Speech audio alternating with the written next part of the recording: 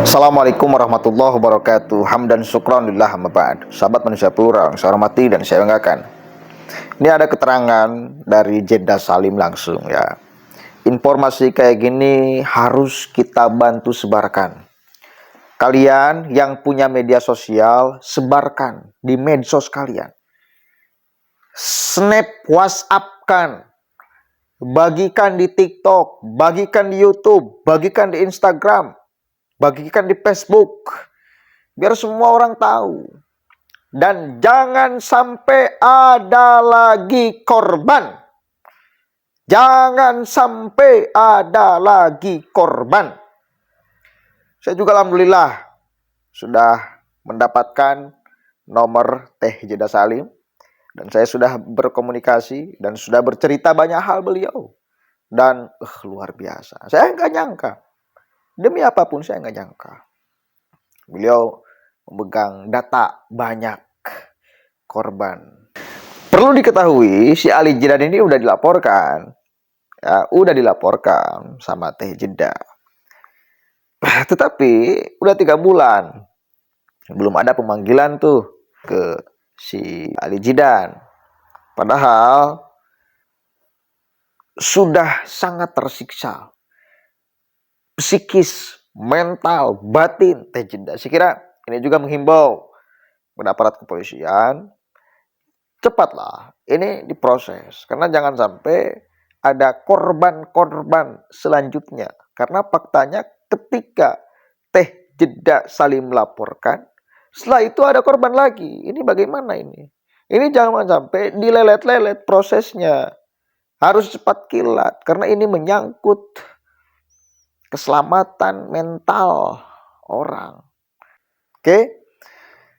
Sebelumnya kita lihat dulu apa keterangan dari Teh Jeddah Salim dan himbauan kepada para kaum hawa agar jangan sampai terbodohi dengan embel-embel apapun itu.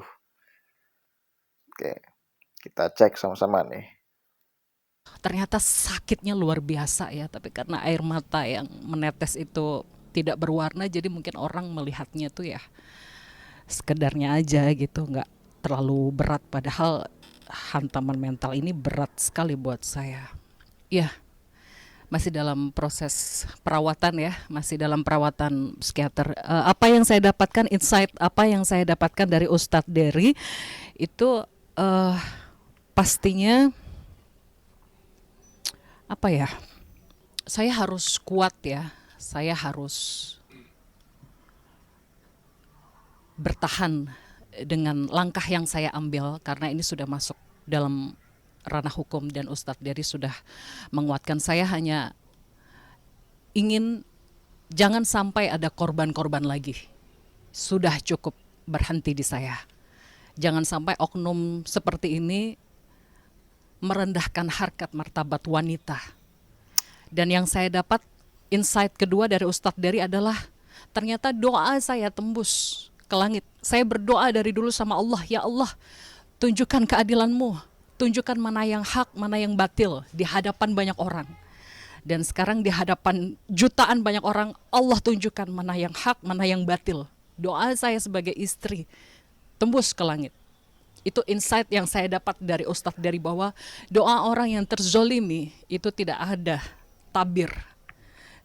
Dan betul apa yang dikatakan Ustadz Dery. Hanya sekarang bagaimana caranya saya bisa bertahan, saya bisa survive. Dan kalau tadi Ustadz Dery nanya, apa alasannya berpisah segala macam, itu ranah pribadi ya. Yang pasti alasan dia membuang saya bukan karena kembali ke yang pertama, tapi karena ada korban baru. Dan yang baru itu juga diperlakukan tidak manusiawi. Itu yang membuat saya marah. Ada. Sudah tayang di televisi sepertinya ya. Dicek saja. Saya kemarin juga kaget, saya nggak ngerti apa-apa. Saya cuma nonton di televisi. Ternyata setelah saya ada lagi korban yang baru. Nah, inilah kenapa saya speak up. Saya speak up bukan berarti mengumbar aib atau apapun itu, tapi saya hanya ingin ini jadi lahan dakwah saya ya Ustadz ya, agar oknum seperti ini tidak lagi menindas kaum perempuan. Tidak ada lagi korban-korban lain, cukup berhenti di saya. Itulah tujuan saya untuk speak up. Saya kurang tahu ya, saya cuma nonton di TV sepintas gitu, saya shock, saya kaget. Ternyata belum jera juga gitu. Itu yang makin menguatkan saya untuk melanjutkan ini secara hukum. Wallahu alam. Apa kata Allah saja nanti. Gitu. Dan kalau ditanya tadi Ustadz Dery tadi sempat nanya kenapa Zeda mau sama dia. Gitu kan. Kalau saya sih pertama jelas saya mau dengan dia karena untuk menjaga kesucian diri. Untuk menjaga marwah saya sebagai perempuan. Bagaimana caranya ya dengan menikah, itu pertama.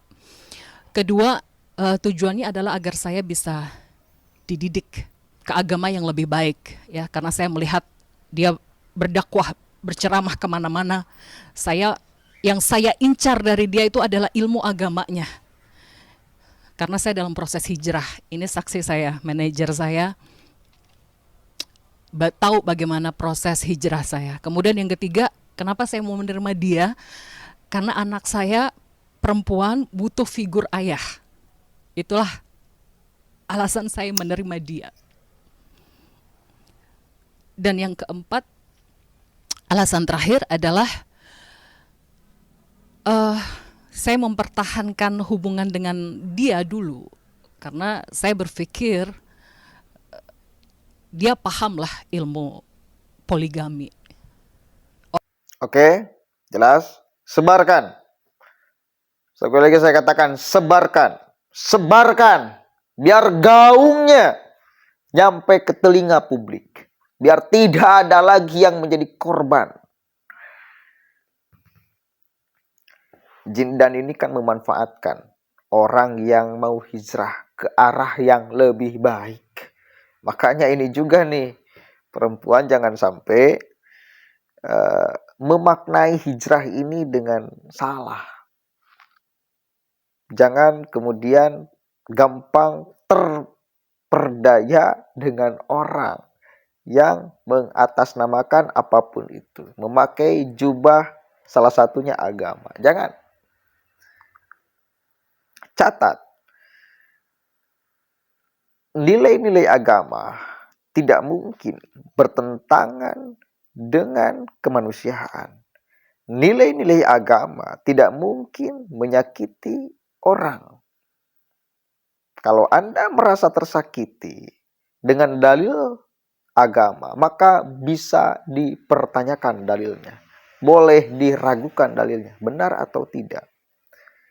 Kita tahu, tadi saya menampilkan, saya kurang bahas ya, ada korban terbaru setelah jeda salim.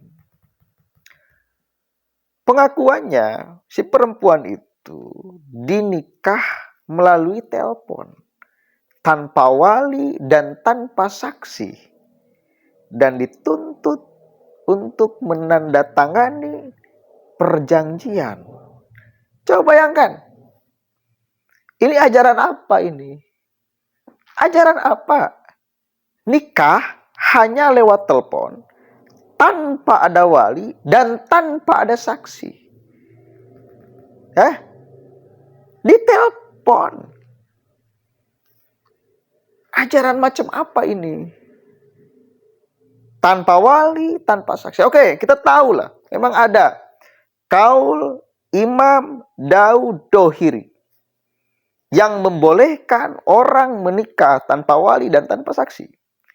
Cuma imam-imam yang bisa dipertanggungjawabkan kebenarannya menyebutkan haram, tidak boleh mengambil referensi dalil dari Imam Daud Dohiri karena banyak menyimpangnya. Berarti nikahnya nggak sah. Ketika nikahnya nggak sah, berarti kalau melakukan hubungan badan, zina. Bayangkan. Apakah para habaib, dia, nggak seluruh ya, oknum Habib itu mengambil referensi dari Daud Dohiri Yang jelas para ulama mengatakan haram mengambil referensi dari Daud Dohiri atau bagaimana? Ini loh di sini. Dan lagian, ini berarti sasarannya orang-orang awam agama. Orang-orang yang mau belajar benar. Itu kan termasuk Jeda Salim, hijrah segala macam. Dia mempercayakan bahwa ini ilmu agamanya. Hati-hati. Ini harus jadi pelajaran dan ini harus dibagikan kepada banyak orang agar tidak ada lagi yang menjadi korban atas nama apapun itu. Apalagi ini atas nama agama. Membawa embel-embel cucu Nabi, apalagi ini. Hati-hati ya, sebarkan ini.